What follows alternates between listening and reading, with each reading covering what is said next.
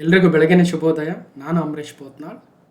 ಮತ್ತೊಮ್ಮೆಲ್ರಿಗೂ ಅಮರ್ಸ್ ಕ್ಲಾಸಸ್ಗೆ ಸ್ವಾಗತ. ಇದು class number 935 ಆಗುತ್ತೆ ಮತ್ತು ಅಕ್ಟೋಬರ್ 2025 ಪಾರ್ಟ್ 8 ಇಂಪಾರ್ಟೆಂಟ್ ಆಗಿರ್ತಕ್ಕಂಥ ಕರೆಂಟ್ ಅಫೇರ್ಸ್ ಆಗುತ್ತೆ.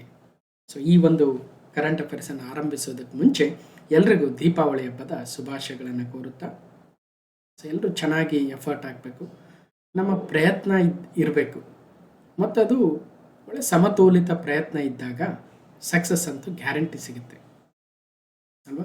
ಸೊ ಎಲ್ರಿಗೂ ಒಳ್ಳೆಯ ಪ್ರಯತ್ನವನ್ನು ಮಾಡಿ ಒಳ್ಳೆಯ ಯಶಸ್ಸನ್ನು ಸಾಧಿಸೋಣ ಅಂತ ನಾವು ಹಾರೈಸ್ತಾ ಈ ಒಂದು ಅಕ್ಟೋಬರ್ 2025 ಪಾರ್ಟ್ 8 ಕರೆಂಟ್ ಅಫೇರ್ಸನ್ನು ಸ್ಟಾರ್ಟ್ ಮಾಡ್ತಾ ಹೋಗೋಣ. ಓಕೆ, ಸೊ ಮೊದಲ ಪ್ರಶ್ನೆ ಏನಿದೆ? ಇಂಡಿಯಾ ಮೊಬೈಲ್ ಕಾಂಗ್ರೆಸ್ IMC 2025 9ನೇ ಆವೃತ್ತಿ ಎಲ್ಲಿ ನಡೆಯಿತು? Where was the 9th edition of the India Mobile Congress IMC 2025 held? ಒಂದು ಎಲ್ಲಿ ನಡೀತು ಅಂತ ಕೇಳ್ಬೋದು, ಎಷ್ಟನೇ ಆವೃತ್ತಿ ಅಂತ ಕೇಳ್ಬೋದು, ಇದನ್ನು ಯಾರು ಉದ್ಘಾಟನೆ ಮಾಡಿದ್ರು ಅಂತ ಕೇಳ್ಬೋದು. Okay, so Bengaluru, Hyderabad, Chennai, Navadehali. ಅಂದರೆ ನವದೆಹಲಿಯಲ್ಲಿ 9ನೇ edition India mobile congress IMC ನಡೆಯಿತು. So PM Modi inaugurated 9th India mobile congress 2025 ನವದೆಹಲಿಯ ಯಶೋಭೂಮಿ ಕನ್ವೆನ್ಷನ್ ಸೆಂಟರಲ್ಲಿ ನಡೆಯಿತು. ಇದರ ಉದ್ದೇಶ ಏನು? ಇದೊಂದು ಏಷ್ಯಾದ largest telecom, media and technology event ಆಗಿತ್ತು. ಇಡೀ ಏಷ್ಯಾದಲ್ಲಿ ಅತ್ಯಂತ ದೊಡ್ಡ telecom sector, media sector and technology ಸೆಕ್ಟರ್ನ ಒಂದು ದೊಡ್ಡ ಈವೆಂಟ್ ಆಗಿತ್ತು. ಗಮನಿಸ್ತಾ ಹೋಗಿ. Okay, prime minister Narendra Modi ಅವರು 2025 ಅಕ್ಟೋಬರ್ 8 ನವದೆಹಲಿಯ ಯಶೋಭೂಮಿಯಲ್ಲಿ ನಡೆದ 9ನೇ ಆವೃತ್ತಿಯ ಇಂಡಿಯಾ ಮೊಬೈಲ್ ಕಾಂಗ್ರೆಸ್ 2025 ಉದ್ಘಾಟನೆ ಮಾಡಿದರು. ಇದು 8 ಅಕ್ಟೋಬರ್ ನಡೆಯಿತು. IMC 2025 is Asia's largest telecom, media and technology event ಆಗುತ್ತೆ. ಇದನ್ನು ಆರ್ಗನೈಸ್ ಮಾಡಿರ್ತಕ್ಕಂಥವ್ರು ಯಾರು ಅಂತ ಕೇಳಿದರೆ DOT, department of telecommunication in association with cellular operators association of India, COAI. ಯಾವತ್ತಿಂದ ಯಾವತ್ತು ಅಂದರೆ 8ರಿಂದ 11 ಅಕ್ಟೋಬರ್ 2025. ಮತ್ತು ಇದರ ಥೀಮ್ ಏನಂತ ಕೇಳ್ಬೋದು? ಇನ್ನೋವೇಟ್ ಟು ಟ್ರಾನ್ಸ್ಫಾರ್ಮ್, ಪರಿವರ್ತನೆಗೆ innovate to transform. Innovate to transform ಅಂದರೆ ಬದಲಾವಣೆ ಆಗೋದಕ್ಕೆ, ಪರಿವರ್ತನೆ ಆಗೋದಕ್ಕೆ ನಾವೀನ್ಯತೆಯನ್ನು ನಾವು ಹೊಂದಬೇಕು ಅನ್ನೋಂಗೆ. ಇರಲಿ, ಇನ್ನೋವೇಟ್ ಟು ಟ್ರಾನ್ಸ್ಫಾರ್ಮ್ ಅಷ್ಟೇ ತಿಳ್ಕೊಳ್ಳೋಣ, ಸುಮ್ಮನೆ ಯಾಕೆ confusion. Okay, fine. Prime minister Narendra Modi inaugurated 9th edition of the India mobile Congress 8 October 2025 3 ದಿನಗಳ ಕಾಲ ಯಶೋಭೂಮಿ, ನವದೆಹಲಿ. ಸೊ ಇಷ್ಟು ತಿಳ್ಕೊಂಡ್ರೆ ಸಾಕಾದರೆ ಥೀಮ್ ಒಂದು ನೆನ್ಪಿಟ್ಬಿಡಿ, ಇನ್ನೋವೇಟ್ ಟು ಟ್ರಾನ್ಸ್ಫಾರ್ಮ್, ಅಷ್ಟು ಸಾಕು. ಇನ್ನೂ ಡೀಪಾಗಿ ಕೇಳಿದರೆ ಯಾರು ನಡೆಸ್ಕೊಟ್ರು, ಇದನ್ನು ಯಾರು ಆರ್ಗನೈಸ್ ಮಾಡಿದರು ಅಂತ ಕೇಳ್ಬೋದು ಅಷ್ಟೇ. ಓಕೆ, ದೆಹಲಿಯಲ್ಲಿ ನಡೆದಿರೋದ್ರಿಂದ ದೆಹಲಿ ಒಂದು ಕೇಂದ್ರಾಡಳಿತ ಪ್ರದೇಶದ ಭಾರತ ದರ್ಶನ ಇದೆ. ಸೊ ರೀಸೆಂಟಾಗಿ ಮಾತಾಡ್ತಾ ಇದ್ವಿ. ಒಂದು ಓವರ್ ವ್ಯೂ ನೋಡ್ಕೊಳ್ಳೋದಾದರೆ ಲೆಫ್ಟಿನೆಂಟ್ ಗವರ್ನರ್ ವಿನಯ್ ಕುಮಾರ್ ಸಕ್ಸೇನಾ, ರೇಖಾ ಗುಪ್ತರ್ ಅವರು ದೆಹಲಿಯ ಮುಖ್ಯಮಂತ್ರಿಗಳಾಗಿದ್ದಾರೆ. Dildar Dilli tourism tagline of Navadehali. So Dilli high court ತನ್ನ ಹೈಕೋರ್ಟನ್ನು ಹೊಂದಿದೆ. 7 ಲೋಕಸಭಾ ಸ್ಥಾನಗಳಿದ್ದಾವೆ, 3 ರಾಜ್ಯಸಭಾ ಸ್ಥಾನಗಳು, 70 ವಿಧಾನಸಭಾ ಸ್ಥಾನಗಳನ್ನು ಹೊಂದಿದ್ದಾವೆ. ಹುಮಾಯೂನ್ ಸಮಾಧಿ, ಕುತುಬ್ ಮಿನಾರ್ ಮತ್ತು ಕೆಂಪು ಕೋಟೆಗಳೆಂಬ 3 ವಿಶ್ವ ಪರಂಪರೆಯ ತಾಣಗಳನ್ನು ದೆಹಲಿ ಹೊಂದಿದೆ. ಅಲ್ಲೊಂದು ವೈಲ್ಡ್ ಲೈಫ್ ಸ್ಯಾಂಕ್ಚುರಿ ಇದೆ, ಅಸೋಲಾ ಭಟ್ಟಿ ವನ್ಯಜೀವಿ ಅಭಯಾರಣ್ಯ. ಭಾಳ ಸಲ ಕೇಳ್ತಾರೆ ಎಲ್ಲಿದೆ ಅಂತ ಕೇಳ್ತಾರೆ. ನಮ್ಮ ರಾಷ್ಟ್ರ ರಾಜಧಾನಿ ದೆಹಲಿಯಲ್ಲೇ ಇದೆ. ಹಾಗೆ ಬೇರೆ ಬುಡಕಟ್ಟು ಜನಾಂಗಗಳು, ಬೇರೆ ಬೇರೆ ಡೀಟೇಲ್ಸ್ ಇದೆ ನೋಡಿ. 2ನೇ ಪ್ರಶ್ನೆಗೆ ಹೋಗೋಣ. 2ನೇ ಜಲಾಂತರ್ಗಾಮಿ ವಿರೋಧಿ warfare shallow water craft INS ಆಂಡ್ರೋತನ್ನು ಎಲ್ಲಿ ನಿಯೋಜಿಸಲಾಯಿತು? Where was the second anti submarine warfare? Anti submarine warfare ASW, shallow water craft SWC. ಹೀಗೆ ಅದರ ಹೆಸರು INS ಆಂಡ್ರೋತ್ ಅಂತ. ಈ INS ಆಂಡ್ರೋತನ್ನು ಎಲ್ಲಿ ಕಮಿಷನ್ ಮಾಡಲಾಯಿತು?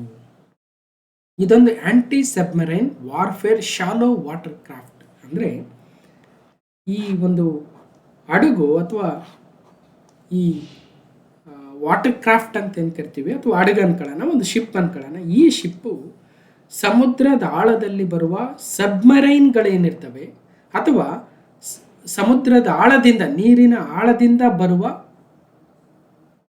ಒಂದು ಏನಂತೀವಿ ತೊಂದರೆಗಳನ್ನು, ಥ್ರೆಟ್ಸನ್ನು ನಿಲ್ ಮಾಡೋದಕ್ಕೆ ಅಥವಾ ಆ ಥ್ರೆಟ್ಸನ್ನು ನಲ್ಲಿಫೈ ಮಾಡೋದಕ್ಕೆ ಇರ್ತಕ್ಕಂಥ ಒಂದು ಶಿಪ್ ಆಗುತ್ತೆ. ಅಂತಹ anti submarine warfare shallow water craft INS ಆಂಡ್ರೋತನ್ನು ಎಲ್ಲಿ ನಿಯೋಜನೆ ಮಾಡಲಾಯಿತು? ಆ ಮೂಲಕ ನಮ್ಮ ದೇಶಕ್ಕೆ ಬೇರೆ ದೇಶದಿಂದ ಒಳಗಡೆ ಸಬ್ಮರೈನ್ಗಳು ಬಂದು ತೊಂದರೆ ಮಾಡ್ತಕ್ಕಂತಹ ಸಂದರ್ಭಗಳನ್ನು, ಅವುಗಳನ್ನು ಪತ್ತೆ ಹಚ್ಚಿ ಅವುಗಳನ್ನು ಅಲ್ಲಿಯೇ ಡೆಸ್ಟ್ರಾಯ್ ಮಾಡುವ ಶಕ್ತಿಯನ್ನು ಹೊಂದಿರತಕ್ಕಂತಹ INS ಆಂಡ್ರೋತನ್ನು ಎಲ್ಲಿ ನಿಯೋಜನೆ ಮಾಡಲಾಯಿತು ಅಂತ ಕೇಳಿದರೆ, ಆಂಧ್ರ ಪ್ರದೇಶದ ವಿಶಾಖಪಟ್ಟಣ, ಮಹಾರಾಷ್ಟ್ರದ ಮುಂಬೈ, ಕೇರಳದ Kochi, Port Blair Andaman Nicobar island ಅಥವಾ ಶ್ರೀ ವಿಜಯಪುರಂ ಅಂತ ಕೊಡಬೇಕು. ಸ್ಟಿಲ್ ಇನ್ನು ಅದೇ ಹೆಸರನ್ನು ಬಳಸ್ತಾ ಇದ್ದಾರೆ. ಇರಲಿ, ವಿಶಾಖಪಟ್ಟಣಂ ಆಂಧ್ರ ಪ್ರದೇಶದಲ್ಲಿ ಇದನ್ನು ನಿಯೋಜನೆ ಮಾಡಲಾಯಿತು. Indian navy set to commission second anti submarine warfare ship Androth. ಈ ಥರ ಪ್ರಶ್ನೆ ಬಂದಾಗ ಇದನ್ನು ಯಾರು ಬಿಲ್ಡ್ ಮಾಡಿದ್ರು, ಬಿಲ್ಡ್ ಮಾಡಿದ್ದು ಯಾರು ಅಂತ ಕೇಳ್ತಾರೆ. ಒಂದು, ಇದನ್ನು ಎಲ್ಲಿ ಕಮಿಷನ್ ಮಾಡಲಾಯಿತು ಅಂದರೆ ಎಲ್ಲಿ ನಿಯೋಜನೆ ಮಾಡಲಾಯಿತು ಅಂತ ಕೊಡ್ತಾರೆ. ಅಥವಾ ಈ INS ಆಂಡ್ರೋತು ಏನದೊಂದು, ಅದೊಂದು ಏನು ಮಿಸೈಲ ಅಲ್ಲ, ಇಲ್ಲಿ ಇಂಡಿಯನ್ ನೇವಲ್ ಶಿಪ್ ಅಂತ ಕೊಟ್ಟಿದ್ದಾರೆ ಅಂದಮೇಲೆ ಅದು ಶಿಪ್ಪೇ ಆಗಿರುತ್ತೆ. ಆದರೂ ಕೂಡ ಅದು ಏನದೊಂದು ಏನು ಸಬ್ಮೆರೈನ ಅಥವಾ ಎಂಥ ಶಿಪ್ ಅದು ಅಂತ ಕೇಳ್ಬೋದು. ಹೈಡ್ರೋಗ್ರಾಫಿಕ್ ಶಿಪ್ಪ, ಸಬ್ಮೆರೈನ ಅಥವಾ ಇನ್ನೊಂದು ಏನಂತೀವಿ ಬೇರೆ ಬೇರೆ ಟೈಪ್ಸ್ ಶಿಪ್ಸ್ ಬರ್ತಾವಲ್ಲ, ಅದರಲ್ಲಿ ಯಾವುದೋ ಒಂದು ಕೊಡ್ಬೋದು. ಇದೊಂದು ಅಂಡರ್ ವಾಟರ್ ಥ್ರೆಟ್ಗಳನ್ನು ತಡೆಯಬಲ್ಲ ಶಕ್ತಿಯನ್ನು ಹೊಂದಿರುವ ASWC ಅಂತ ಕರಿತೀವಿ, anti submarine warfare shallow water craft. On 6th October 2025 naval dockyard ವಿಶಾಖಪಟ್ಟಣಮಲ್ಲಿ ನಮ್ಮ ದೇಶದ ನೌಕಾಪಡೆಗೆ ಸಮರ್ಪಿಸಲಾಯಿತು ಅಥವಾ ಲೋಕಾರ್ಪಣೆ ಮಾಡಲಾಯಿತು INS ಆಂಡ್ರೋತನ್ನು. ಇದನ್ನು ಬಿಲ್ಡ್ ಮಾಡಿರೋರು ಯಾರು ಅಂತ ಏನು ವಿಚಾರಕ್ಕೆ ನಾವು ಮಾತಾಡುತ್ತಾ ಬರಬೇಕಾದ್ರೆ, ಗಾರ್ಡನ್ ರೀಚ್, ಯಾರು? Garden Reach ship builders and engineers, GRSC Kolkata. ಕೋಲ್ಕತ್ತಾದಲ್ಲಿರ್ತಕ್ಕಂತಹ GRSC ಅವರು ಇದನ್ನು ಡೆವಲಪ್ ಮಾಡಿದ್ದಾರೆ. Garden Reach ship builders engineers. 4 option ಬರ್ಬೋದು. ಇತ್ತೀಚೆಗೆ INS ಆಂಡ್ರೋತನ್ನು ದೇಶದ ನೌಕಾಪಡೆಗೆ ಸಮರ್ಪಣೆ ಮಾಡಲಾಯಿತು. ಇದನ್ನು ಬಿಲ್ಡ್ ಮಾಡಿರ್ತಕ್ಕಂಥವ್ರು ಯಾರು? GRSC, garden Reach ship builders and engineers Kolkata, Cochin ship yard ಅಥವಾ ಮಜಗನ್ ಡಾಕ್ ಲಿಮಿಟೆಡ್ ಅಂತ 4 ಯಾವ್ದಾರ ಆಪ್ಷನ್ಸ್ ಕೊಡ್ಬೋದು. ಇವೇ ಭಾಳ ಸುದ್ದಿಯಲ್ಲಿರ್ತಕ್ಕಂಥವು, ನೆನ್ಪಿಟ್ರಿ. ಈ INS ಆಂಡ್ರೋತು ಆತ್ಮನಿರ್ಭರ ಭಾರತದ ಅಡಿಯಲ್ಲಿ 80% ನಮ್ಮ ಇಂಡಿಜಿನಸ್ ಕಂಟೆಂಟಿಂದನೇ ಡೆವಲಪ್ ಮಾಡಿರ್ತಕ್ಕಂಥದ್ದು. ಉಳಿದಿರ್ತಕ್ಕಂಥ 20% ಬೇರೆ ಬೇರೆ ದೇಶದಿಂದ ಆಮದು ಮಾಡಿಕೊಂಡಿರ್ತಕ್ಕಂಥ ವಸ್ತುಗಳಿಂದ ಮಾಡಿರ್ತಕ್ಕಂಥದ್ದು. ಮತ್ತು ಅದು ಎಷ್ಟು ವೆಜಲ್ಲು, ಎಷ್ಟು ಉದ್ದ ಇದೆ, ಎಷ್ಟು ಅಗಲ ಇದೆ, ಅವೆಲ್ಲ ಡೀಟೇಲ್ಸ್ ಇರ್ತವೆ. ಅವು ಯಾವ ಅಷ್ಟು ಕೇಳಲ್ಲ. ಒಟ್ಟಾರೆಯಾಗಿ ಇದರ ಉದ್ದೇಶ, it is equipped with advanced weapons, sensors and communication systems to detect, track and neutralise the underwater threats.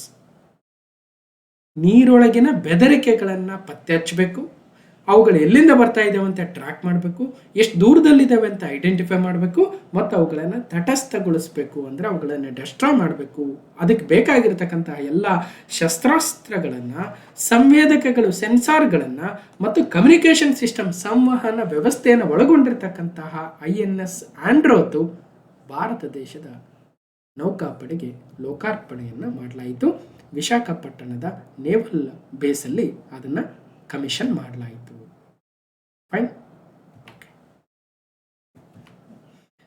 ಹಾಗಾದರೆ ಆಂಡ್ರಾತ್ ಐಲ್ಯಾಂಡ್ ನೇಮನ್ನು ಇದು ಕೊಟ್ಟಿದ್ದಾರೆ INS ಆಂಡ್ರಾತ್. ಇದನ್ನು GRSC ಕೋಲ್ಕತ್ತಾರವರು ಡೆವಲಪ್ ಮಾಡಿದ್ದಾರೆ. 6th October 2025 ವಿಶಾಖಪಟ್ಟಣಮಲ್ಲಿ ಇದನ್ನು ಕಮಿಷನ್ ಮಾಡಲಾಯಿತು ಒಂದು ಕಡೆ. ಇನ್ನೊಂದು ಕಡೆ Garden Reach ship builders engineers limited 1884ರಲ್ಲಿಯೇ ಸ್ಥಾಪಿಸಲಾಗಿತ್ತು.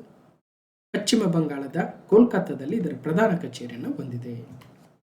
ಇನ್ನು ಭಾರತದ ನೌಕಾಪಡೆ ಬಗ್ಗೆ ಡೀಟೇಲ್ಸ್ ಇದೆ. ದಿನೇಶ್ ಕುಮಾರ್ ತ್ರಿಪಾಠಿರವರು 26 chief of the naval staff ಆಗಿದ್ದಾರೆ. ಓಕೆ, ಅದರ ಪ್ರಧಾನ ಕಚೇರಿ ನವದೆಹಲಿಯಲ್ಲಿ ಬರುತ್ತೆ. ಸೊ ಇನ್ನು ಡೀಟೇಲ್ಸ್ ಇದೆ ನೋಡಿ. ಇನ್ನು ಮೂರನೇ ಪ್ರಶ್ನೆ, ನಂಗಲ್ ವನ್ಯಜೀವಿ ಅಭಯಾರಣ್ಯ ಯಾವ ರಾಜ್ಯದಲ್ಲಿದೆ? Nangal wild life sanctuary is located in which state ಅಂತ ಮಧ್ಯಪ್ರದೇಶ್, ಬಿಹಾರ, ಉತ್ತರಾಖಂಡ್ ಮತ್ತು ಪಂಜಾಬ್ ಅಂದರೆ ಸರಿಯಾದ ಉತ್ತರ ನಂಗಲ್ ವನ್ಯಜೀವಿ ಅಭಯಾರಣ್ಯ ಯಾವ ರಾಜ್ಯದಲ್ಲಿ ಬರುತ್ತೆ ಮತ್ತು ಯಾಕೆ ಸುದ್ದಿಯಲ್ಲಿದೆ ಅಂದರೆ ಇದು ಪಂಜಾಬ್ ರಾಜ್ಯದಲ್ಲಿ ಬರುತ್ತೆ. ಸುದ್ದಿಯಲ್ಲಿ ಯಾಕಿದೆ? ಆ ನಂಗಲ್ ವೈಲ್ಡ್ ಲೈಫ್ ಸ್ಯಾಂಕ್ಚುರಿಯಲ್ಲಿ ಇರ್ತಕ್ಕಂತಹ ಒಂದು ವೆಟ್ಲ್ಯಾಂಡ್ಗೆ, ಒಂದು ಲೇಕ್ಗೆ ಇಂಡಸ್ಟ್ರಿಯಲ್ ವೇಸ್ಟ್ ಬಂದು ಕಲೆಕ್ಟ್ ಆಯ್ತಿದ್ದಕ್ಕಾಗಿ ನೂರಾರು ವೈಲ್ಡ್ ಬೋರ್ಸ್, ಕಾಡು ಹಂದಿಗಳು ಅಲ್ಲಿ ಸಾವನ್ನಪ್ಪಿರ್ತಕ್ಕಂತಹ ಸುದ್ದಿ ಬಂದಿತ್ತು. ಹಾಗಾಗಿ ಸುದ್ದಿಯಲ್ಲಿದೆ ನಂಗಲ್ ವೈಲ್ಡ್ ಲೈಫ್ ಸ್ಯಾಂಕ್ಚುರಿ. ಮಾರ್ಚಲ್ಲಿ ನಂಗಲ್ ವನ್ಯಜೀವಿ ಅಭಯಾರಣ್ಯದಲ್ಲಿ ಸುಮಾರು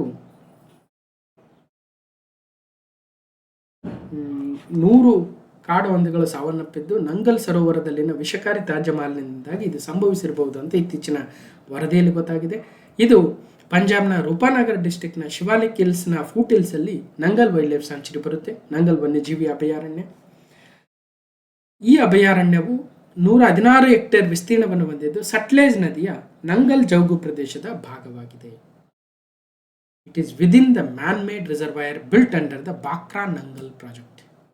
ಬಾಕ್ರಾ ನಂಗಲ್ ಪ್ರಾಜೆಕ್ಟ್ ಕೇಳಿರ್ತೀವಲ್ಲ, ಆ ಬಾಕ್ರಾ ಮತ್ತು ನಂಗಲ್ ಪ್ರಾಜೆಕ್ಟ್ನ ಒಂದು ಡ್ಯಾಮ್ ಏನು ಕ್ರಿಯೇಟ್ ಆಯಿತು, ಆ ಡ್ಯಾಮಿನ ಒಂದು ಡ್ಯಾಮಿಂದ ಉಂಟಾಗಿರ್ತಕ್ಕಂತಹ ಆ ಪ್ರದೇಶದಲ್ಲಿ ಈ Nangal wild life sanctuary create ಆಗಿದೆ. 1961ರಲ್ಲಿಯೇ ಈ ಒಂದು ವೈಲ್ಡ್ ಲೈಫ್ ಸ್ಯಾಂಕ್ಚುರಿಯನ್ನು ಕ್ರಿಯೇಟ್ ಮಾಡಲಾಗಿತ್ತು ಅಥವಾ ಘೋಷಣೆ ಮಾಡಲಾಗಿತ್ತು.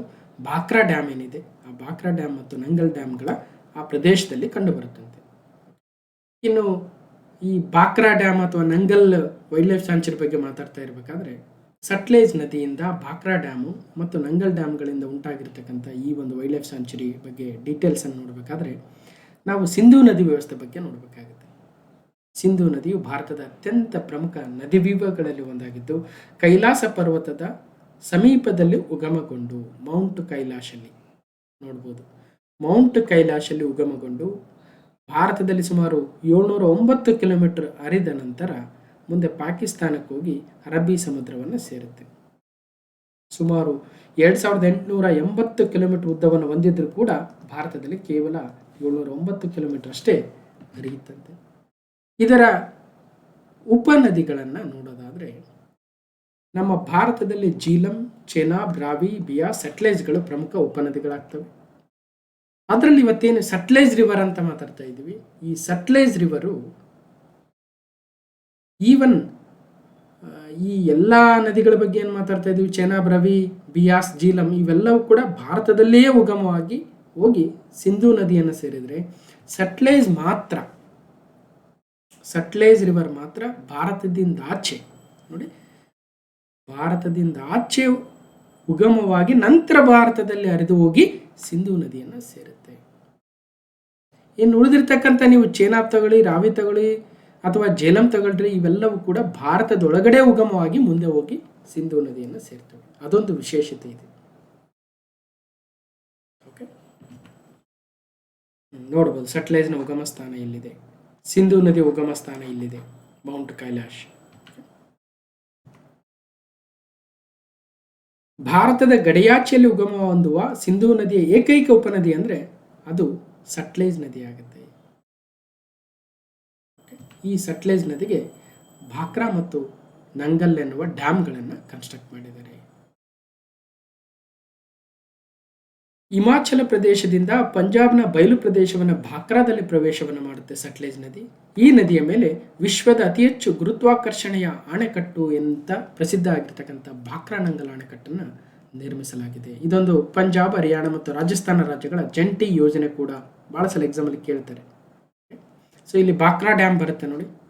ಇನ್ನೇನು ಇಮಿಡಿಯೇಟ್ಲಿ ಹಿಮಾಚಲ ಪ್ರದೇಶದಿಂದ ಹಾಗೆ ಪಂಜಾಬ್ ಕಡೆ ಬರಬೇಕಾದ್ರೆ ಈ ಪ್ರದೇಶದಲ್ಲಿ ಒಂದು ಡ್ಯಾಮನ್ನು ನಿರ್ಮಿಸಲಾಗಿದೆ. ಓಕೆ, ಹಾಗೆಯೇ ಮುಂದೆ ಒಂದು 10-15 ಕಿಲೋಮೀಟರ್ ಹೋದರೆ ನಂಗಲ್ ಡ್ಯಾಮ್ ಬರುತ್ತೆ. ಭಾಕ್ರಾ ನಂಗಲ್ ಡ್ಯಾಮ್ ಅಂತ ಜನರಲ್ ಆಗಿ ಕರಿತೀವಿ ನಾವು. ಇದು ಸೆಕೆಂಡ್ ಹೈಯೆಸ್ಟ್ ಡ್ಯಾಮ್, ಅಂದರೆ 2ನೇ ಅತಿ ಎತ್ತರದ ಡ್ಯಾಮ್ ಆಗಿದೆ ಭಾರತದಲ್ಲಿ. ನಂಬರ್ 1 ಅಥವಾ ಅತಿ ಎತ್ತರದ ಡ್ಯಾಮ್ ಯಾವುದು? ಕಮೆಂಟ್ ಮೂಲಕ ತಿಳಿಸಿ. ಎರಡನೇದಂತೂ ಬಾಕ್ರಾ ಡ್ಯಾಮ್ ಅಲ್ವಾ. ಸ್ವಲ್ಪ ವರ್ಕ್ ಮಾಡಿ, ಹೋಗಿ ಏನು ಮಾಡಬೇಕು, ಸರ್ಚ್ ಮಾಡಬೇಕು ಏನಂತ, highest dams in India by height ಅಂತ ಹೊಡಿ, ಬೈ ಹೈಟ್ ಒಂದು, the largest dams in India by capacity. ಇವೆರಡು ಈಗ ಸರ್ಚ್ ಮಾಡಿ, ಈಗ ವಿಡಿಯೋ ಪಾಸ್ ಮಾಡಿ ಸರ್ಚ್ ಮಾಡಿ ನೋಡಿ, ಒಂದು ಒಳ್ಳೆ ಮಾಹಿತಿ ಸಿಗುತ್ತೆ. ಓಕೆ, ಎರಡನೇ ಅತ್ಯಂತ ಎತ್ತರದ ಡ್ಯಾಮು ಬಾಕ್ರಾ ಆದರೆ ಮೊದಲನೇದು ಯಾವುದು, ಮೂರನೇದು ಯಾವುದು, ನಾಲ್ಕನೇದು ಯಾವುದು, ಐದನೇದು ಯಾವುದು, ಈ ಟಾಪ್ 5 ನೆನ್ಪಿಟ್ಬಿಡ್ಬೇಕು. ಇಡೀ ಭಾರತದಲ್ಲಿ ಅತಿ ಎತ್ತರದ ಡ್ಯಾಮ್ಗಳಲ್ಲಿ ಯಾವ್ಯಾವ ಇದ್ದಾವೆ. ಈ ಬಾಕ್ರಾದಿಂದ ಉಂಟಾಗ್ತಕ್ಕಂಥ ಗೋವಿಂದ ಸಾಗರ ಲೇಕ್ ಏನಿದೆ, one of the largest man made lake in India, ಅಥವಾ one of the largest reservoir in India. ಹಾಗಾದರೆ largest reservoirs in India by capacity ಅಂತ ಸರ್ಚ್ ಮಾಡಿ, ಒಂದು ಯಾವುದು, ಎರಡನೇದು ಯಾವುದು, ಮೂರನೇದು ಯಾವುದು, ನಾಲ್ಕನೇದು ಯಾವುದು, ಐದನೇದು ಯಾವುದು, ಟಾಪ್ 5 ನೋಡಿ. ಒಂದು ಸ್ಯಾಂಪಲ್ ಇನ್ಫಾರ್ಮೇಷನ್ ಕೊಡೋದಾದರೆ, ಎರಡನೇದು ನಾಗಾರ್ಜುನ ಸಾಗರ ಡ್ಯಾಮ್, ಮೂರನೇದೇ ಇದು ಗೋವಿಂದ ಸಾಗರ. ಹಾಗಾದರೆ ಒಂದನೇದು ಯಾವುದು ಸರ್ಚ್ ಮಾಡಿ ನೋಡಿ, ಮತ್ತು ಯಾವ ನದಿಗೆ ಅಡ್ಡಲಾಗಿ ಕಟ್ಟಲಾಗಿದೆ. ಇವಾಗ ಹೇಳ್ಬೋದು ನಾನು, ಬೇಡ ನೀವೇ ಸರ್ಚ್ ಮಾಡಿ, ಹೆಚ್ಚಿನ ಮಾಹಿತಿ ಸಿಗುತ್ತೆ. ಓಕೆ, ಸೊ ಈ ಒಂದು ಸಟ್ಲೇಜ್ ನದಿಗೆ ಬಾಕ್ರಾ ಮತ್ತು ನಂಗಲ್ ಏನು ಡ್ಯಾಮನ್ನು ಕಟ್ಟಿದ್ದಾರೆ, ಅದರಿಂದ ಉಂಟಾಗಿರ್ತಕ್ಕಂಥ ನಂಗಲ್ ವೈಲ್ಡ್ ಲೈಫ್ ಸ್ಯಾಂಕ್ಚುರಿಯಲ್ಲಿ ನೂರಾರು ವೈಲ್ಡ್ ಬೋರ್ಸು ಸಾವನ್ನಪ್ಪಿದ್ದಾವೆ. ಅದಕ್ಕೆ ಕಾರಣ ಸೊ ಇಂಡಸ್ಟ್ರಿಯಲ್ ವೇಸ್ಟ್ ಬಂದು ಸೇರ್ತಾ ಇದೆ ಅಂತಕ್ಕಂಥದ್ದು. ಆ ಸುದ್ದಿಯಲ್ಲಿರೋದ್ರಿಂದ ಬೇರೆ ಬೇರೆ ವಿಚಾರ ಮಾತಾಡಿದ್ವಿ ಅಷ್ಟೇ. ಇನ್ನು ಇದರ PDF ಕೊಡ್ತೀನಿ, ಇನ್ನಷ್ಟು ಮಾಹಿತಿ ನಿಮಗೆ ಯಾರಿಗೆ ಬೇಕು ಎಕ್ಸ್ಟ್ರಾ ಮಾಹಿತಿ ಪಡಿಬೋದು. ಪಂಜಾಬ್, ಚಂಡೀಗಢ ರಾಜಧಾನಿ, 26 ಜನವರಿ 1950 ಸ್ಥಾಪನೆ. ಪಂಜಾಬಿ ಆಡಳಿತ ಭಾಷೆ, 23 ಜಿಲ್ಲೆಗಳಿದ್ದಾವೆ. ಗುಲಾಬ್ ಚಂದ್ ಕಟಾರಿಯ ರಾಜ್ಯಪಾಲರು ಪಂಜಾಬ್ ರಾಜ್ಯ, ಹಾಗೆ ಮುಖ್ಯಮಂತ್ರಿಗಳು ಭಗವಂತ ಮಾನ್ ಆಗ್ತಾರೆ, ಆ ಪಕ್ಷದವರು. India begins year, India begins year ಯಾವ ರಾಜ್ಯದ ಟೂರಿಸಂ ಟ್ಯಾಗ್ಲೈನ್, ಪಂಜಾಬ್ ರಾಜ್ಯದ ಟೂರಿಸಂ ಟ್ಯಾಗ್ಲೈನ್. ಚಂಡೀಗಢಲ್ಲಿ ತಮ್ಮ ಹೈಕೋರ್ಟನ್ನು ಹೊಂದಿದ್ದಾವೆ, even Punjab and Haryana both. Lok Sabha 13 ಸ್ಥಾನ, 7 ರಾಜ್ಯಸಭೆ, 117 ವಿಧಾನಸಭೆ. ಜೊತೆಗೆ ಅಲ್ಲಿನ ಯುನೆಸ್ಕೋ ಹೆರಿಟೇಜ್ ಸೈಟ್ ಏನಿಲ್ಲ, ಆದರೆ ಚಂಡೀಗಢ ಏನಿದೆಯಲ್ಲ ಅಲ್ಲೊಂದು ಯುನೆಸ್ಕೋ ಹೆರಿಟೇಜ್ ಸೈಟ್ ಇದೆ. ಬಟ್ ಎಕ್ಸಾಕ್ಟಾಗಿ ಪಂಜಾಬ್ ರಾಜ್ಯಕ್ಕೆ ಅಂತ ಬರಲ್ಲ ಅದು. ಓಕೆ, ಯಾವುದು ಅಂತ ನೋಡಿ. ಇನ್ನು ವೈಲ್ಡ್ ಲೈಫ್ ಸ್ಯಾಂಕ್ಚುರೀಸು, ರಾಮ್ಸಾರ್ ಸೈಟ್ಸ್ ಭಾಳ ಇದ್ದಾವೆ. ನಿನ್ನೆ ಒಂದು ವಿಡಿಯೋ ಮೊನ್ನೆ ಮಾತಾಡ್ತಾ ಇದ್ದೆ ರಾಮ್ಸಾರ್ ಸೈಟ್ಸ್ ಬಗ್ಗೆ, ಅವಾಗ ನೀವು ನೋಟ್ ಮಾಡ್ಕೊಂಡಿರ್ಬೋದು. ಬೇರೆ ಡೀಟೇಲ್ಸ್ ಇದೆ ನೋಡಿ. 4ನೇ ಪ್ರಶ್ನೆ, ಸುಬನ್ಸಿರಿ ಮೇಲ್ದಂಡೆ ಜಲವಿದ್ಯುತ್ ಯೋಜನೆ ಯಾವ ರಾಜ್ಯದಲ್ಲಿದೆ? Subansiri upper hydro electric project is located in which state, ಮತ್ತು ಯಾಕೆ ಸುದ್ದಿಯಲ್ಲಿದೆ?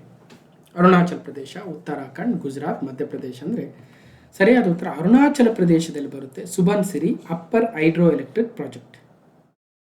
ಈಗ already Subansiri lower hydro electric project ಇನ್ನೇನು ಕಮಿಷನ್ ಹಂತದಲ್ಲಿದೆ. ಆದರೆ ಈ ಸುಬನ್ಸಿರಿ ನದಿ ಬಂದು ಈ ಬ್ರಹ್ಮಪುತ್ರ ನದಿಗೆ ಸೇರುವ ಒಂದು ಸ್ಥಳದಲ್ಲಿ ಸೇರುವ ಮುಂಚೆ ಈ ಲೋವರ್ ಸುಬನ್ಸಿರಿ ಹೈಡ್ರೋ ಎಲೆಕ್ಟ್ರಿಕ್ ಪ್ರಾಜೆಕ್ಟು ಈಗ ಆಲ್ರೆಡಿ ಡೆವಲಪ್ ಆಗ್ತಾ ಇದೆ, ಕಮಿಷನ್ ಹಂತದಲ್ಲಿದೆ. ಕಮಿಷನ್ ಹಂತದಲ್ಲಿ ಅಂದರೆ ಏನರ್ಥ, ಇನ್ನೇನು ಎಲೆಕ್ಟ್ರಿಸಿಟಿ ಜನರೇಷನ್ ಸ್ಟಾರ್ಟ್ ಮಾಡಬೇಕು, ಎಲ್ಲ ವರ್ಕ್ ಆಗ್ತಾ ಇದೆ ನನಗೆ. Fine, okay. ಈ ಸುಬನ್ಸಿರಿ ನದಿ ಅಪ್ಪರ್ ಪಾರ್ಟಲ್ಲಿ ಅಂದರೆ ಬಂದು ಬ್ರಹ್ಮಪುತ್ರ ನದಿಯನ್ನು ಸೇರುವ ಹಂತದಲ್ಲಿ ನಾವು ಅದನ್ನು ಲೋವರ್ ಅಥವಾ ಕೆಳದಂಡೆ ಅಂತ ಕರಿಬೋದು. ಮೇಲ್ದಂಡೆ ಅಂದರೆ upper. Subansiri upper hydro electric project Arunachal ಪ್ರದೇಶದಲ್ಲಿ ಬರುತ್ತೆ. ಯಾಕೆ ಸುದ್ದಿಯಲ್ಲಿದೆ ಅಂದರೆ ಈ lower hydro electric project complete ಆಗೋ ಹಂತದಲ್ಲಿ ಇರಬೇಕಾದ್ರೆ ಅಪ್ಪರ್ ಹೈಡ್ರೋ ಎಲೆಕ್ಟ್ರಿಕ್ ಪ್ರಾಜೆಕ್ಟ್ನ ತರ್ತಾ ಇದ್ದಾರಂತೆ. ಅದರಿಂದ ಮತ್ತೆ ಅಗೇನ್ ಈ ಯಾವುದೇ ಹೈಡ್ರೋ ಎಲೆಕ್ಟ್ರಿಕ್ ಪ್ರಾಜೆಕ್ಟು, ಯಾವುದೇ ಡ್ಯಾಮು, ಏನೋ ರಿಸರ್ವಾಯರ್ ಮಾಡಿದರೆ ಒಂದಷ್ಟು ಭೂಮಿ ಅಂತೂ ನೀರಲ್ಲಿ ಮುಳುಗಡೆ ಆಗಲೇಬೇಕು. ಅಲ್ಲಿನ ಜನ ಪ್ರತಿಭಟನೆಯನ್ನು ಮಾಡ್ತಾ ಇದ್ದಾರೆ. ಇಲ್ಲ, ನಾವು ನಮ್ಮ ಪೂರ್ವಜರ ಬದುಕಿರ್ತಕ್ಕಂತಹ ಈ ಒಂದು ಪ್ರದೇಶವನ್ನು ಬಿಟ್ಟು ಹೋಗೋದಕ್ಕೆ ರೆಡಿ ಇಲ್ಲ, ನೀವು ಎಷ್ಟೇ ಕಾಂಪನ್ಸೇಷನ್ ಕೊಟ್ಟರು ನಾವು ಹೋಗಲ್ಲ ಅನ್ನೋ ಒಂದು ಪ್ರತಿಭಟನೆಗಳನ್ನು ಅಲ್ಲಿ ಜನ ಮಾಡ್ತಾ ಇದ್ದಾರೆ. Protest erupts in Arunachal Pradesh, Daporijo over Subansiri upper hydro electric project. 2000 megawatt ವಿದ್ಯುತ್ ಉತ್ಪಾದಿಸ್ತಕ್ಕಂಥ ಯೋಜನೆಯಾಗಿದೆ ಅದು. Subansiri upper hydro electric project over the Subansiri river, a tributary of Brahmaputra. ಇದನ್ನ NHPC ಅವರು, national hydro electric power corporation NHPC ಅವರು ಈ ಒಂದು ಪ್ರಾಜೆಕ್ಟನ್ನು ಕೈಗೆತ್ತಿಕೊಂಡಿದ್ದಾರೆ. ಒಟ್ಟಾರೆಯಾಗಿ ಇತ್ತೀಚೆಗೆ ಅರುಣಾಚಲ ಪ್ರದೇಶದ ದಪೋರಿಜೋದಲ್ಲಿ ಪ್ರಸ್ತಾವಿತ ಅಂದರೆ ಇನ್ನು ಪ್ರಪೋಸ್ಡ್ ಸುಬನ್ಸಿರಿ ಮೇಲ್ದಂಡೆ ಜಲವಿದ್ಯುತ್ ಯೋಜನೆಗೆ ವಿರೋಧಿಸಿ ನೂರಾರು ಜನರ ಪ್ರತಿಭಟನೆಯನ್ನು ನಡೆಸಿದರು. ಸುಮಾರು 1800ರಿಂದ 2000 ಮೆಗಾವ್ಯಾಟ್ ವಿದ್ಯುತ್ ಉತ್ಪಾದಿಸ್ತಕ್ಕಂತಹ ಕೆಪಾಸಿಟಿಯನ್ನು ಹೊಂದಿರುವ ಸುಬನ್ಸಿರಿ ಅಪ್ಪರ್ ಹೈಡ್ರೋ ಎಲೆಕ್ಟ್ರಿಕ್ ಪ್ರಾಜೆಕ್ಟನ್ನು ರನ್ ಆಫ್ ದಿ ರಿವರ್ ಅಂತ ಕರಿತೀವಿ. Run of the river project ಆಗುತ್ತೆ ಸುಬನ್ಸಿರಿ ರಿವರ್ ಬಸ್ಸಿನಲ್ಲಿ ಅರುಣಾಚಲ ಪ್ರದೇಶದಲ್ಲಿ. ಇದು 2031 ವೇಳೆಗೆ ಕಂಪ್ಲೀಟ್ ಆಗಿ ವಿದ್ಯುತ್ ಉತ್ಪಾದನೆ ಮಾಡುವ ಯೋಜನೆಯನ್ನು ಹಮ್ಮಿಕೊಂಡಿದ್ದಾರೆ. ಬಟ್ ಅದಕ್ಕೆ ಪ್ರತಿಭಟನೆ ಬರ್ತಾ ಇದೆ. ನೋಡಿ, ಸೊ ಇಲ್ಲಿ ಸುಬನ್ಸಿರಿ ಹೀಗೆ ಬಂದು ಬ್ರಹ್ಮಪುತ್ರ ನದಿಯನ್ನು ಸೇರುವ ಹಂತದಲ್ಲಿ ಅಲ್ಲಿ SLHP ಇದೆ, Subansiri lower hydro electric project. ಇದ್ರ ಮೇಲ್ಗಡೆ ಈಗ SUHP Subansiri upper hydro electric project ಅನ್ನು ತರ್ತಕ್ಕಂಥ ಒಂದು ಪ್ಲಾನ್ ಅನ್ನು ಹಾಕೊಂಡಿದ್ದಾರೆ. ಈಗ ಆಲ್ರೆಡಿ SLHP ಕಮಿಷನ್ ಹಂತದಲ್ಲಿ ಇದೆ ಅಂತೆ. ಸೊ ನೋಡ್ಬೋದು, ಈ ಯಾವುದು ಅರುಣಾಚಲ ಪ್ರದೇಶದ ಮೂಲಕ ಬರುವ ಬ್ರಹ್ಮಪುತ್ರ ನದಿಗೆ ಮಜೂಲಿ ಐಲ್ಯಾಂಡ್ ಅಂತ ಏನು ಫೇಮಸ್ ಇದೆ, ಆ ಪ್ರದೇಶದಲ್ಲಿ ಬಂದು ಸುಬನ್ಸಿರಿ ರಿವರು ಬ್ರಹ್ಮಪುತ್ರ ನದಿಯನ್ನು ಸಂಗಮವಾಗುತ್ತದೆ. ಈ Subansiri it is also known as a gold river ಅಂತ ಕರೀತಾರಂತೆ. It is a trans Himalayan river originating from the western part of the mount ಪೋರಮ್ in Tibet in Himalaya. Tibet ಇಂದ ಅರುಣಾಚಲ ಪ್ರದೇಶದತ್ತ ಬರುತ್ತೆ. ಇದು ಮಿರಿ ಎನ್ನುವ ಬೆಟ್ಟಗಳಲ್ಲಿ ಅರುಣಾಚಲ ಪ್ರವೇಶವನ್ನು ಮಾಡುತ್ತೆ. ನಂತರ ಮಜೌಲಿ ದ್ವೀಪದ ಹತ್ತಿರ ಬಂದು ಬ್ರಹ್ಮಪುತ್ರ ನದಿಯನ್ನು ಸೇರುತ್ತೆ.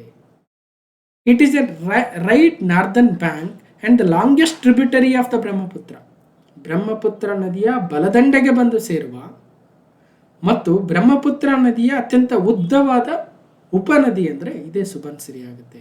ಮಜೂಲಿ ದ್ವೀಪದಲ್ಲಿ ಅಸ್ಸಾಂ ಹತ್ರ ಬಂದು ಇದು ಬ್ರಹ್ಮಪುತ್ರವನ್ನು ಸೇರುತ್ತದೆ. Majuli is the largest river island in Asia. ನೆನ್ಪಿಟ್ಟಿರಿ, ಬಹಳ ಎಕ್ಸಾಂಪಲ್ ಕೇಳಿದ್ದಾರೆ. ಇನ್ನು ಬ್ರಹ್ಮಪುತ್ರ ನದಿಯ ವಿವಿಧ ಲೆಫ್ಟ್ ಬ್ಯಾಂಕ್ ಟ್ರಿಬ್ಯೂಟರೀಸ್ ಯಾವ್ಯಾವು, ರೈಟ್ ಬ್ಯಾಂಕ್ ಟ್ರಿಬ್ಯೂಟರೀಸ್ ಯಾವ್ಯಾವು ನೋಡ್ಬೋದು. ಸೊ ಇದೇ ಸುಬನ್ಸಿರಿ ನದಿ. ಇಲ್ಲಿ ಮಜೌಲಿ ದ್ವೀಪ ಬರುತ್ತೆ ಅಂತೆ. ನೋಡೋಣ, ರಿವರ್ ಸಿಸ್ಟಮ್ ಬಗ್ಗೆ ಮಾಡಬೇಕಾದ್ರೆ ಇನ್ನೂ ಸ್ವಲ್ಪ ಡೀಟೇಲ್ ಆಗಿ ಮಾತಾಡೋಣ. ಈಗ ಸದ್ಯಕ್ಕಿಷ್ಟು ಸಾಕನ್ಸುತ್ತೆ. ಫೈನ್. ಅರುಣಾಚಲ ಪ್ರದೇಶದ ರಾಜಧಾನಿ ಇಟಾನಗರ್. 20 ಫೆಬ್ರವರಿ 1987 ಒಂದು ರಾಜ್ಯವಾಗಿ ಸ್ಥಾಪನೆ ಆಗುತ್ತೆ. ಇಂಗ್ಲಿಷ್ ಆಡಳಿತ ಭಾಷೆ. 26 ಜಿಲ್ಲೆಗಳಿದ್ದಾವೆ. ಕೈವೆಲ್ಲ ತ್ರಿವಿಕ್ರಮ್ ಪಾನಾಯಕ್ ಅವರು ರಾಜ್ಯಪಾಲರು. ಪೇಮಾ ಖಾಂಡೂರ್ ಅವರು ಮುಖ್ಯಮಂತ್ರಿಗಳು. Land of dawn lit mountains Arunachal ಪ್ರದೇಶದ ಟೂರಿಸಂ ಟ್ಯಾಗ್ಲೈನ್. ಹೈಕೋರ್ಟನ್ನು ಇಂಫಾಲಲ್ಲಿ ಹೊಂದಿದೆ. 2 ಲೋಕಸಭೆ, 1 ರಾಜ್ಯಸಭೆ, 60 ವಿಧಾನಸಭೆಗಳುಳ್ಳ ಒಂದು ಅಸೆಂಬ್ಲಿಯನ್ನು ಹೊಂದಿದೆ. ಯಾವುದು? ಅರುಣಾಚಲ ಪ್ರದೇಶ. ನಾಮ್ದಫಾ ರಾಷ್ಟ್ರೀಯ ಉದ್ಯಾನವನ. ಹೀಗೆ ಒಂದಷ್ಟು ಟೆಂಟೇಟಿವ್ ಲಿಸ್ಟಲ್ಲೂ ಕೂಡ ಇದ್ದಾವೆ. ಇನ್ನು national parks, Mouling national park, Namdapha national park. Tiger reserves Kamlang, Pakke, Namdapha ಎನ್ನುವ 3 ಹುಲಿ ಸಂರಕ್ಷಿತ ಪ್ರದೇಶಗಳನ್ನು ಹೊಂದಿದೆ. ದಿಹಂಗ್ ದಿಬಾಂಗ್ ಎನ್ನುವ ಒಂದು ಬಯೋಸ್ಫಿಯರ್ ರಿಸರ್ವ್ ಕೂಡ ಅರುಣಾಚಲ ಪ್ರದೇಶದಲ್ಲಿ ಬರುತ್ತೆ. ಹಾಗೆ ಅಲ್ಲಿನ ಜನಾಂಗಗಳು, ನೃತ್ಯ ಪ್ರಕಾರಗಳು, ಹಬ್ಬಗಳು, ಅಣೆಕಟ್ಟುಗಳ ಬಗ್ಗೆ ಡೀಟೇಲ್ಸ್ ಅನ್ನು ನೋಡ್ಬೋದು. ಕ್ವಶನ್ ನಂಬರ್ 5, ಇತ್ತೀಚೆಗೆ ಸುದ್ದಿಯಲ್ಲಿದ್ದ ನ್ಯಾಟ್ರನ್ ಸರೋವರ ಯಾವ 2 ದೇಶಗಳ ಗಡಿ ಭಾಗದಲ್ಲಿ ಬರುತ್ತೆ? Lake Natron that was recently seen in the news is located on the border between the 2 African countries ಅಂತ ಹೇಳ್ಬೋದು. ಯಾವ ಆಫ್ರಿಕನ್ ಕಂಟ್ರೀಸ್ನ ಗಡಿ ಭಾಗದಲ್ಲಿ ಬರುತ್ತೆ ಲೇಕ್ ನ್ಯಾಟ್ರಾನು, ಮತ್ತು ಅದು ಯಾಕೆ ಸುದ್ದಿಯಲ್ಲಿದೆ ಇವತ್ತು? Kenya Uganda, Tanzania Kenya, Ethiopia Kenya, Tanzania Mozambique ಅಂದರೆ ಸರಿಯಾದ ಉತ್ತರ ತಾಂಜಾನಿಯಾ ಮತ್ತು ಕೀನ್ಯಾದ ಗಡಿಭಾಗದಲ್ಲಿ ಬರ್ತಕ್ಕಂತಹ ನ್ಯಾಟ್ರಾನ್ ಎನ್ನುವ ಒಂದು ಸರೋವರವು ಇವತ್ತು ಸುದ್ದಿಯಲ್ಲಿದೆ. ಕಾರಣ ಏನು? ಬಹಳ ಒಳ್ಳೆಯ ಕಾರಣಕ್ಕೆ ಸುದ್ದಿಯಲ್ಲಿದೆ. Tanzania halts soda ash mining to save birds lesser flamingos. Soda ash mining ಆಗುತ್ತಂತೆ ಎಲ್ಲಿ? ಈ ನ್ಯಾಟ್ರಾನ್ ಅಂತಕ್ಕಂಥ ಸರೋವರದಲ್ಲಿ ನ್ಯಾಚುರಲ್ ಆಗಿ ಸೋಡಾ ಹ್ಯಾಶ್ ಸಿಗುತ್ತೆ. ಸೋಡಿಯಂ ಕಾರ್ಬೋನೇಟ್ ಅಂತೇನೋ ಕರಿತೀವಿ, ಅದು ಏನು ಅದರ ಕೆಮಿಕಲ್ ಫಾರ್ಮುಲಾ ಅದೆಲ್ಲ ನೀವು ಸೈನ್ಸಲ್ಲಿ ಓದಿ. ಜನರಲ್ ಆಗಿ ಈ ಗ್ಲಾಸ್ಗೆ ಅಥವಾ ಬೇರೆ ಬೇರೆ ಕೆಮಿಕಲ್ಸ್ಗೆ ಬೇಕಾಗಿರ್ತಕ್ಕಂಥದ್ದು. ಇಂತಹ ಸೋಡಾ ಆ್ಯಶಲ್ಲಿ ಸಾಕಷ್ಟು ಹೇರಳವಾಗಿ ಸಿಗುತ್ತೆ ಅನ್ನೋ ಉದ್ದೇಶಕ್ಕಾಗಿ ಅಲ್ಲಿ ಮೈನಿಂಗ್ ನಡೀತಾ ಇತ್ತು. ಆದರೆ ಅದೇ ಪ್ರದೇಶದಲ್ಲಿ ಪ್ರಪಂಚದಲ್ಲಿ 75% ಲೆಸ್ಸರ್ ಫ್ಲಮಿಂಗೋಗಳಿಗೆ ತಾಣವಾಗಿರ್ತಕ್ಕಂತಹ ಲೇಕ್ ನ್ಯಾಟ್ರಾನ್ ಇದೆ. ಇವತ್ತು ಅಂಥ ಒಳ್ಳೆ ಪ್ರದೇಶವನ್ನು ಮೈನಿಂಗಿಗೆ ಕೊಟ್ಬಿಟ್ರೆ ಏನಾಗ್ಬೋದು? ಆಬ್ವಿಯಸ್ಲಿ ಅಲ್ವಾ? ಅದಕ್ಕೋಸ್ಕರ ತಾಂಜಾನಿಯಾ ಸರ್ಕಾರ ಇವತ್ತು ಸೋಡಾ ಆ್ಯಶ್ ಮೈನಿಂಗನ್ನು ಸ್ಟಾಪ್ ಮಾಡಿದೆ. ಹಾಗಾಗಿ ಲಾಂಗ್ ಟರ್ಮಲ್ಲಿ ಯೋಚನೆ ಮಾಡಿ ಇವತ್ತು ಒಳ್ಳೆಯ ನಿರ್ಧಾರವನ್ನು ತೆಗೆದುಕೊಂಡಿದೆ. ಇತ್ತೀಚೆಗೆ ತಾಂಜಾನಿಯಾ ತನ್ನ ಪರಿಸರ ವ್ಯವಸ್ಥೆಯನ್ನು ರಕ್ಷಿಸಿಕೊಳ್ಳಲು ನ್ಯಾಟ್ರಾನ್ ಸರೋವರದಲ್ಲಿ ದೊಡ್ಡ ಪ್ರಮಾಣದ ಸೋಡಾ ಆ್ಯಶ್ ಗಣಿಗಾರಿಕೆ ಯೋಜನೆಯನ್ನು ನಿಲ್ಲಿಸಿದೆ. ರೈಟ್? ನ್ಯಾಟ್ರಾನ್ ಸರೋವರವು ತಾಂಜಾನಿಯಾ ಮತ್ತು ಕಿನ್ಯಾ ಗಡಿಭಾಗದಲ್ಲಿ ಬರುವ ಒಂದು ಉಪ್ಪು ಸರೋವರವಾಗುತ್ತೆ. ಇದು ಗ್ರೇಟ್ ರಿಫ್ಟ್ ಕಣಿವೆಯ ಭಾಗವಾಗಿದೆ. ಗ್ರೇಟ್ ರಿಫ್ಟ್ ವ್ಯಾಲಿ ಅಂತ ಏನು ಕರಿತೀವಿ, ಅದರ ಒಂದು ಭಾಗವೂ ಕೂಡ ಇದೇ ಆಗುತ್ತೆ.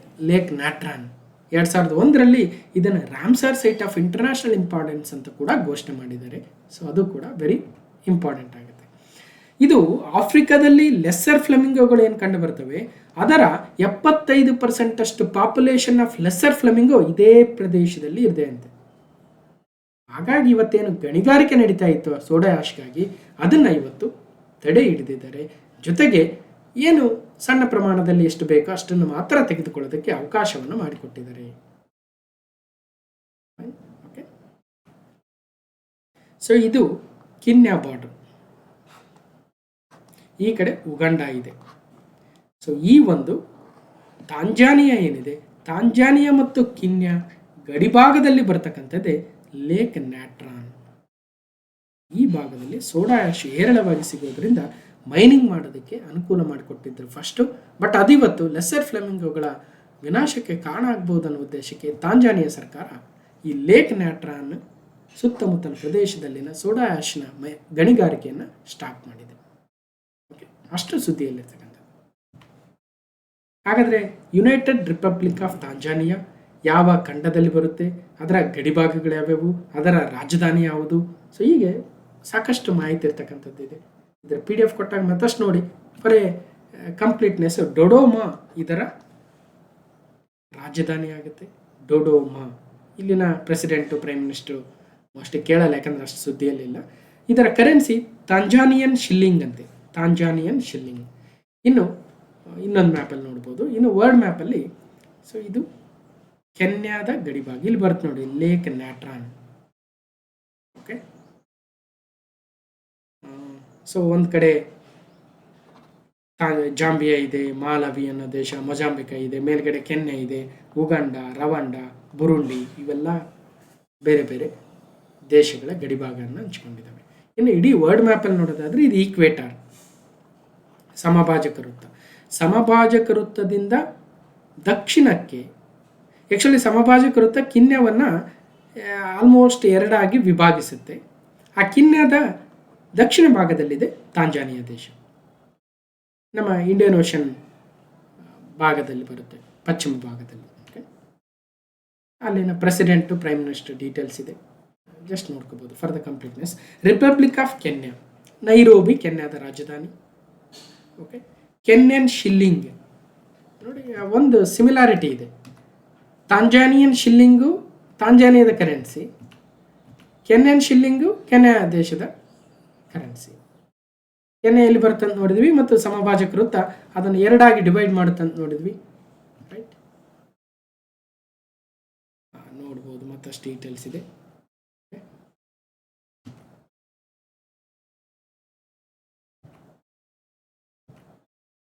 ಕ್ವಶನ್ ನಂಬರ್ 6, ವಿಜ್ಞಾನ ಮತ್ತು ತಂತ್ರಜ್ಞಾನ ಸಚಿವಾಲಯದ ಇನ್ಸ್ಪೈರ್ ಪ್ರಶಸ್ತಿ ಯೋಜನೆಯಲ್ಲಿ ಇಡೀ ದೇಶಕ್ಕೆ ಪ್ರಥಮ ಸ್ಥಾನವನ್ನು ಬಿಹಾರದ ಯಾವ ಜಿಲ್ಲೆ ಈ ಒಂದು ಪ್ರಥಮ ಸ್ಥಾನ ಪಡೆದಿದೆ?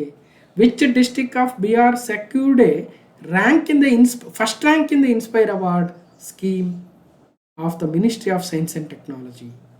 ಭಾಗಲ್ಪುರ್, ಮುಜಾಫರ್ಪುರ್, ಗಯಾ, ದರ್ಬಾಂಗ್ ಅಂದರೆ ಸರಿಯಾದ ಉತ್ತರ ಮುಜಾಫರ್ಪುರ್ ಎನ್ನುವ ಒಂದು ಜಿಲ್ಲೆ ಬಿಹಾರ ರಾಜ್ಯದಲ್ಲಿ ಬರುತ್ತೆ. ಅದು ಇಡೀ ದೇಶದಲ್ಲಿಯೇ ಇನ್ಸ್ಪೈರ್ ಅವಾರ್ಡಲ್ಲಿ ನಂಬರ್ 1 ಬಂದಿದೆ. ನೋಡಿ, ಎಲ್ಲಿಯ ಬಿಹಾರ, ಎಲ್ಲಿಯ ಇನ್ಸ್ಪೈರ್ ಅವಾರ್ಡು, ಎಲ್ಲಿಯ ಮುಜಾಫರ್ಪುರ್? ವಿಜ್ಞಾನ ತಂತ್ರಜ್ಞಾನ ಸಚಿವಾಲಯ ನೀಡುತ್ತೆ. Muzaffarpur tops the national innovation ranking with 7,403 student ideas. Bihar's young innovators create history, overtakes Bengaluru and claims the number 1 spot in Inspire Awards. ಹಂಗೆ ಬಿಹಾರದ ಮುಜಾಫರ್ ಜಿಲ್ಲೆಯ ವಿದ್ಯಾರ್ಥಿಗಳು ಇವತ್ತು ನಂಬರ್ 1 ಸ್ಥಾನವನ್ನು ಪಡೆದಿದ್ದಾರೆ. ಭಾರತ ಸರ್ಕಾರ ನೀಡುವ ವಿಜ್ಞಾನ ಮತ್ತು ತಂತ್ರಜ್ಞಾನ ಸಚಿವಾಲಯದ ಇನ್ಸ್ಪೈರ್ ಅವಾರ್ಡ್ ಯೋಜನೆಯಲ್ಲಿ ಪ್ರಥಮ ಸ್ಥಾನವನ್ನು ಗಳಿಸಿದ್ದಾರೆ. 7,403 ಸ್ಟೂಡೆಂಟ್ಸ್ ಸಬ್ಮಿಟ್ ಮಾಡಿದ್ದಾರೆ ತಮ್ಮ ಇನ್ನೋವೇಟಿವ್ ಐಡಿಯಾಸ್ ಇನ್ಸ್ಪೈರ್ ಅವಾರ್ಡಲ್ಲಿ. ಬೆಂಗಳೂರಲ್ಲಿ 7,306, ಬಾಗಲಕೋಟೆ 6,826, ಅವುಗಳನ್ನು ಕೂಡ ಹಿಂದಕ್ಕೆ ಇವತ್ತು ಇನ್ಸ್ಪೈರ್ ಅವಾರ್ಡಲ್ಲಿ ಈ ಒಂದು ಪ್ರಶಸ್ತಿಯನ್ನು ಪಡೆದಿದ್ದಾರೆ. Selected top 60 ideas are displayed at Rashtrapati Bhavan where president honours the students ಅಂತ. ನವನವೀನ ಆಲೋಚನೆಗಳು, ಪ್ರಾಯೋಗಿಕ ಸಮಾಜಕ್ಕೆ ಉಪಯೋಗ ಆಗ್ತಕ್ಕಂಥ ಪರಿಸರ ಸ್ನೇಹಿಯಾಗಿರ್ತಕ್ಕಂತಹ ಐಡಿಯಾಗಳನ್ನು ವಿದ್ಯಾರ್ಥಿಗಳು ಇನ್ಸ್ಪೈರ್ ಅವಾರ್ಡಲ್ಲಿ ತಮ್ಮ ಐಡಿಯಾಗಳನ್ನು ಶೋ ಮಾಡಬೇಕಾಗುತ್ತೆ. ಅವ್ರಿಗೆ 10,000 ರೂಪಾಯಿ ಆ ಐಡಿಯಾನ ಇಂಪ್ಲಿಮೆಂಟ್ ಮಾಡೋದಕ್ಕೂ ಕೂಡ ಕೊಡ್ತಾರೆ ಅಂತ ಹಿಂದೆ ಮಾತಾಡಿದ್ವಿ ನಾವು, ಇನ್ಸ್ಪೈರ್ ಅವಾರ್ಡ್ ಅಂತ. ಸೊ ಯಾವ ministry? Department of science and technology implement ಮಾಡಿದೆ. ಇನ್ಸ್ಪೈರ್ ಅಂದರೆ innovation in science pursuit for inspired research ಅಂತ ಇನ್ಸ್ಪೈರ್ ಅವಾರ್ಡ್ ಅಂತ ಕರಿತೀವಿ. ಮುಜಾಫರ್ಪುರ್ ಬಿಹಾರ ಇವತ್ತು ಟಾಪಲ್ಲಿ ಬಂದಿದೆ. ಹಾಗಾದರೆ ಬಿಹಾರದ ಡೀಟೇಲ್ಸು. ಬಿಹಾರ ಪಾಟ್ನಾ ರಾಜಧಾನಿ, 1950 ಸ್ಥಾಪನೆ, ಹಿಂದೆ ಆಡಳಿತ ಭಾಷೆ, 38 ಜಿಲ್ಲೆಗಳು. ಆರಿಫ್ ಮೊಹಮ್ಮದ್ ಖಾನ್ ಅವರು ಬಿಹಾರದ ರಾಜ್ಯಪಾಲರಾದರೆ ನಿತೀಶ್ ಕುಮಾರ್ ಅವರು ಮುಖ್ಯಮಂತ್ರಿಗಳು. ಇವತ್ತು ಎಲೆಕ್ಷನ್ ನಡೀತಾ ಇದೆ ಅಲ್ಲಿ. ಬ್ಲಿಸ್ಫುಲ್ ಬಿಹಾರ ಟೂರಿಸಂ ಟ್ಯಾಗ್ಲೈನ್ ಆಗುತ್ತೆ. ಪಾಟ್ನಾದಲ್ಲಿ ತನ್ನ ಹೈಕೋರ್ಟನ್ನು ಹೊಂದಿದೆ. 40 ಲೋಕಸಭೆ, 16 ರಾಜ್ಯಸಭೆ, 243 ವಿಧಾನಸಭೆಗಳನ್ನು ಒಳಗೊಂಡಿರ್ತಕ್ಕಂಥ ಅಸೆಂಬ್ಲಿ ಇದೆ. ವಿಧಾನ ಪರಿಷತ್ ಹೊಂದಿರುವ 6 ರಾಜ್ಯಗಳಲ್ಲಿ ಬಿಹಾರ ಕೂಡ ಒಂದು, ಮತ್ತು 75 ವಿಧಾನ ಪರಿಷತ್ ಸ್ಥಾನಗಳನ್ನು ಹೊಂದಿದೆ. ಮಹಾಬೋಧಿ ದೇವಾಲಯ ಸಂಕೀರ್ಣ, ನಳಂದ ಮಹಾವಿಹಾರ, ಹೀಗೆ 2 ವಿಶ್ವ ಪರಂಪರೆಯ ತಾಣಗಳು, ವಾಲ್ಮೀಕಿ ರಾಷ್ಟ್ರೀಯ ಉದ್ಯಾನವನ ನ್ಯಾಷನಲ್ ಪಾರ್ಕು, ವಾಲ್ಮೀಕಿ ಹುಲಿ ಸಂರಕ್ಷಿತ ಪ್ರದೇಶ ಟೈಗರ್ ರಿಸರ್ವ್, ಕನ್ವರ್ ಸರೋವರ, ನಾಗಿ ಪಕ್ಷಿಧಾಮ, ನಾಗ್ತಿ ಪಕ್ಷಿಧಾಮ, ಮತ್ತೆ 2 ಇವತ್ತು ಮೊನ್ನೆ ಬಿಹಾರದ ರಾಮ್ಸರ್ ತಾಣಗಳ ಬಗ್ಗೆನೇ ಸೆಪ್ರೇಟ್ ವಿಡಿಯೋ ಮಾಡಿದ್ವಿ. ಮೊನ್ನೆ 2 ಎಕ್ಸ್ಟ್ರಾ ಆ್ಯಡ್ ಆಗಿದ್ದಾವೆ. ಯಾವ್ಯಾವಂತ ಈಗ ಆಲ್ರೆಡಿ ಒಂದು ಸೆಪ್ರೇಟ್ ವಿಡಿಯೋದಲ್ಲಿ ಮಾತಾಡಿದ್ವಿ. ನೆಕ್ಸ್ಟ್ ಅಲ್ಲಿನ ಬುಡಕಟ್ಟು ಜನಾಂಗಗಳು, ಹಬ್ಬಗಳು, ನದಿಗಳು, ಅಣೆಕಟ್ಟುಗಳ ಬಗ್ಗೆ ಮತ್ತಷ್ಟು ಡೀಟೇಲ್ಸ್ ಇದೆ. ಕ್ವಶನ್ ನಂಬರ್ 7, ಬಿರ್ಹೋರ್ ಬುಡಕಟ್ಟು ಪ್ರಾಥಮಿಕವಾಗಿ ಯಾವ ರಾಜ್ಯದಲ್ಲಿ ಕಂಡುಬರುತ್ತದೆ? Birhor tribe is primarily found in which state? Maharashtra, Uttarakhand, Jharkhand, Gujarat. Birhor ಅಂತಕ್ಕಂಥ ಟ್ರೈಬು ಜಾರ್ಖಂಡಲ್ಲಿ ಕಂಡುಬರುತ್ತೆ. ಯಾಕೆ ಸುದ್ದಿಯಲ್ಲಿದೆ? ಸುಮಾರು 80 ವರ್ಷಗಳ ಆ ಒಂದು ಇತಿಹಾಸವನ್ನು ನೋಡಿದಾಗ ಬಿರ್ಹೋರ್ ಟ್ರೈಬ್ಗೆ ಸ್ವಾತಂತ್ರ್ಯ ಬಂದು ಈಗ ಅವರಿಗೆ ಎಲೆಕ್ಟ್ರಿಸಿಟಿ ಸಪ್ಲೈ ಸಿಗ್ತಾ ಇದೆ. ಅದೆಲ್ಲಿ ಅಂದರೆ ಕೊಡೆರ್ಮಾ ಜಿಲ್ಲೆ ಅಂತೆ, ಫುಲ್ವಾರಿಯಾ ಅಂತಕ್ಕಂಥ ಒಂದು ಪ್ರದೇಶದಲ್ಲಿ ಬಿರ್ಹೋರ್ ಟ್ರೈಬ್ ಅವರು ಏನು ಜೀವನ ಮಾಡ್ತಾ ಇದ್ದಾರೆ, ಈಗ ಅವರಿಗೆ ಉಜ್ವಲ ಯೋಜನೆ ಅಡಿಯಲ್ಲಿ ಎಲೆಕ್ಟ್ರಿಸಿಟಿಯನ್ನು ಸಪ್ಲೈ ಮಾಡ್ತಾ ಇದ್ದಾರೆ. ಬಿಹಾರದ ಜಾರ್ಖಂಡ್ನ ಕೊಡೆರ್ಮಾ ಜಿಲ್ಲೆಯ ಫುಲ್ವಾರಿಯಾ ಎನ್ನುವ ಕುಗ್ರಾಮದ 550 ನಿವಾಸಿಗಳೇನಿದ್ದಾರೆ, ಅಲ್ಲಿ ಬಿರ್ಹೋರ್ ಬುಡಕಟ್ಟು ಜನಾಂಗದವರು ಏನಿದ್ದಾರೆ, 80 ವರ್ಷಗಳ ಕತ್ತಲೆಯ ನಂತರ ಈಗ ವಿದ್ಯುತ್ತನ್ನು ಪಡಿತಾ ಇದ್ದಾರೆ. ಈ ಬಿರ್ಹೋರ್ ಟ್ರೈಬ್ ಅಂತಕ್ಕಂಥದ್ದು ಜಾರ್ಖಂಡ್ನ 8 PVTGಗಳಲ್ಲಿ ಒಂದಾಗುತ್ತೆ. ಪರ್ಟಿಕ್ಯುಲರ್ಲಿ ವಲ್ನರಬಲ್ ಟ್ರೈಬಲ್ ಗ್ರೂಪ್ಸ್, ವಿಶೇಷ ದುರ್ಬಲ ಬುಡಕಟ್ಟು ಜನಾಂಗದ ಏನು ದೇಶದಲ್ಲಿ 75 ಜನಾಂಗ ಇದೆ, ಅದರಲ್ಲಿ ಜಾರ್ಖಂಡಲ್ಲಿ 8 ಬರ್ತವೆ. ಅದರಲ್ಲಿ ಒಂದು ಬಿರ್ಹೋರ್. ಕರ್ನಾಟಕದಲ್ಲಿ 2 ಅವಾಗವಾಗ ಮಾತಾಡ್ತಾ ಇರ್ತೀವಿ. ಈಗ ಎಲೆಕ್ಟ್ರಿಸಿಟಿ ಅವ್ರಿಗೆ ಬರ್ತಾ ಇದೆ, ಹಾಗಾಗಿ ಸುದ್ದಿಯಲ್ಲಿದ್ದಾರೆ, ನೆನಪಿಟ್ಟಿರಿ. ಭಾರತದ ಬುಡಕಟ್ಟು ಜನಾಂಗಗಳ ಬಗ್ಗೆ, ಕರ್ನಾಟಕದ ಬುಡಕಟ್ಟು ಜನಾಂಗಗಳ ಬಗ್ಗೆ ಆಲ್ರೆಡಿ ಆಯಾ ಕ್ಲಾಸ್ ನಂಬರಲ್ಲಿ ಮಾತಾಡಿದ್ದೀವಿ. ಹೋಗಿ ನೋಡ್ಬೇಕು, ಇವೆಲ್ಲ ಒನ್ ಟೈಮ್ ವೀಡಿಯೋಸ್, ಇವೆಲ್ಲ ಭಾಳ ಸ್ಪೆಸಿಫಿಕ್ ವೀಡಿಯೋಸ್. ಓಕೆ, ಬಿಹಾರ, ಮತ್ತೆ ಬಿಹಾರದ ಬಗ್ಗೆನೇ ಹೇಳ್ತಾ ಇದ್ದೀನಿ. ಜಾರ್ಖಂಡ್ ಏನು ಬೇರೆ ಅಲ್ಲ, ಬಿಹಾರಿಂದನೇ ಒಂದು ಸಪ್ರೇಟು ರಾಜ್ಯ ಆಗಿದ್ದಂಥದ್ದು. ರಾಂಚಿ ರಾಜಧಾನಿ, 15 ನವೆಂಬರ್ 2000 ಸ್ಥಾಪನೆ ಆಯಿತು. ಹಿಂದಿ ಆಡಳಿತ ಭಾಷೆ, 24 ಜಿಲ್ಲೆಗಳಿದ್ದಾವೆ. ಸಂತೋಷ್ ಗಂಗ್ವಾರ್ ಅವರು ಈಗ ಅಲ್ಲಿನ ರಾಜ್ಯಪಾಲರು. ಹೇಮಂತ ಸೊರೇನ್ ಅವರು ಜಾರ್ಖಂಡ್ನ ಮುಖ್ಯಮಂತ್ರಿಗಳು. ನೇಚರ್ಸ್ ಇಡನ್ ಜಿವೆಲ್, ಜಾರ್ಖಂಡ್ನ ಟೂರಿಸಂ ಟ್ಯಾಗ್ಲೈನ್. ರಾಂಚಿಯಲ್ಲಿ ತನ್ನ ಹೈಕೋರ್ಟನ್ನು ಹೊಂದಿದೆ. 14 ಲೋಕಸಭೆ, 6 ರಾಜ್ಯಸಭೆ, 81 ವಿಧಾನಸಭೆ ಸ್ಥಾನಗಳು ಅಲ್ಲಿದ್ದಾವೆ. ಓಕೆ, ಹಾಗೆ ಅಲ್ಲಿನ ಬೇರೆ ಬೇರೆ ಡೀಟೇಲ್ಸ್ ನೋಡಿ. ಬೇಟ್ಲಾ ನ್ಯಾಷನಲ್ ಪಾರ್ಕ್ ಎಲ್ಲಿ ಬರುತ್ತೆ ಅಂತ ಕೇಳಿದರೆ ಅದು ಜಾರ್ಖಂಡಲ್ಲಿ ಬರುತ್ತೆ. Palamu tiger reserve again Jharkhand. ಮತ್ತು ಊದ್ವಾ ಲೇಕ್ ಬರ್ಡ್ ಸ್ಯಾಂಚುರಿ ಒಂದು ರಾಮ್ಸರ್ ಸೈಟ್ ಆಗಿದೆ. ಇನ್ನು ಬೇರೆ ಬೇರೆ ಡೀಟೇಲ್ಸ್ ಇದೆ ನೋಡಿ. ಕ್ವಶನ್ ನಂಬರ್ 8, 14ನೇ ಸಿರಾರ ಕೋಂಗ್ ಅತಾಯಿ ಚಿಲ್ಲಿ ಉತ್ಸವವನ್ನು ಯಾವ ರಾಜ್ಯದಲ್ಲಿ ಆಚರಿಸಲಾಗ್ತಾ ಇದೆ? The 14th Sirarakhong Hathei chilli festival is celebrated in which state ಅಂತ. ತ್ರಿಪುರ, ಮಣಿಪುರ, ಸಿಕ್ಕಿಂ, ಅಸ್ಸಾಂ. ಅಂದರೆ ಮಣಿಪುರದಲ್ಲಿ ಸಿರಾರ ಕೋಂಗ್ ಅತಾಯಿ ಎನ್ನುವ ಚಿಲ್ಲಿ ಉತ್ಸವ, ಅಂದರೆ ಮೆಣಸಿನಕಾಯಿ GI ಟ್ಯಾಗನ್ನು ಪಡೆದಿರ್ತಕ್ಕಂಥ ವಿಶೇಷ ರುಚಿ ಮತ್ತು ಸುವಾಸನೆಯನ್ನು ಹೊಂದಿರುವ ಅಲ್ಲಿನ ಮೆಣಸಿನಕಾಯಿ ಏನಿದೆ, ಸಿರೋರ್ ಕಾಂಗ್ ಅತಾಯಿ ಚಿಲ್ಲಿ ಅಂತ, ಅದರ ಉತ್ಸವವನ್ನು ಇತ್ತೀಚೆಗೆ ಮಣಿಪುರದಲ್ಲಿ ಆಚರಿಸಲಾಯಿತು. ಹಾಗಾಗಿ ಸುದ್ದಿಯಲ್ಲಿದೆ. Manipur hosts Hathei chilli festival to promote GI tagged local crop. Okay, GI tag ಪಡೆದಿದೆ ಅಂತ ಅದಕ್ಕೆ. ಓಕೆ, ಮಣಿಪುರದಲ್ಲಿ ಸೆಪ್ಟೆಂಬರ್ 17ರಿಂದ ಉಕ್ರೂಲ್ ಜಿಲ್ಲೆಯಲ್ಲಿ 14ನೇ ಸಿರೋರ್ಕಾಂಗ್ ಅತೇಯಿ ಚಿಲ್ಲಿ ಉತ್ಸವವನ್ನು ಉದ್ಘಾಟನೆ ಮಾಡಲಾಯಿತು. ಇದು 14 ದಿನಗಳ ಒಂದು ದೊಡ್ಡ ಉತ್ಸವವಾಗುತ್ತೆ. ಓಕೆ, GI ಟ್ಯಾಗ್ ಪಡೆದಿರ್ತಕ್ಕಂಥ ಈ ಮೆಣಸಿನಕಾಯಿ ಏನಿದೆ, ಸಿರೋರ್ಕಾಂಗ್ ಅತಾಯಿಯನ್ನು ಪ್ರಚಾರ ಮಾಡೋದಕ್ಕೂ ಕೂಡ ಇದನ್ನು ಬಳಸ್ಕೊಳ್ತಾ ಇದ್ದಾರೆ.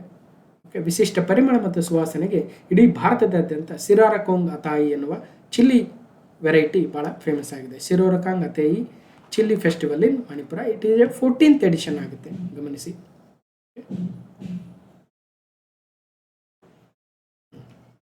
ಈಗ ಮಣಿಪುರದ್ದು ಅಗೇನ್ ಮತ್ತೆ ಮಣಿಪುರದ ಭಾರತ ದರ್ಶನದಲ್ಲಿ ಇಂಫಾಲ್ ರಾಜಧಾನಿ, 21 ಜನವರಿ 1972 ಸ್ಥಾಪನೆ. ಮಣಿಪುರಿ ಆಡಳಿತ ಭಾಷೆ, 16 ಜಿಲ್ಲೆಗಳಿದ್ದಾವೆ.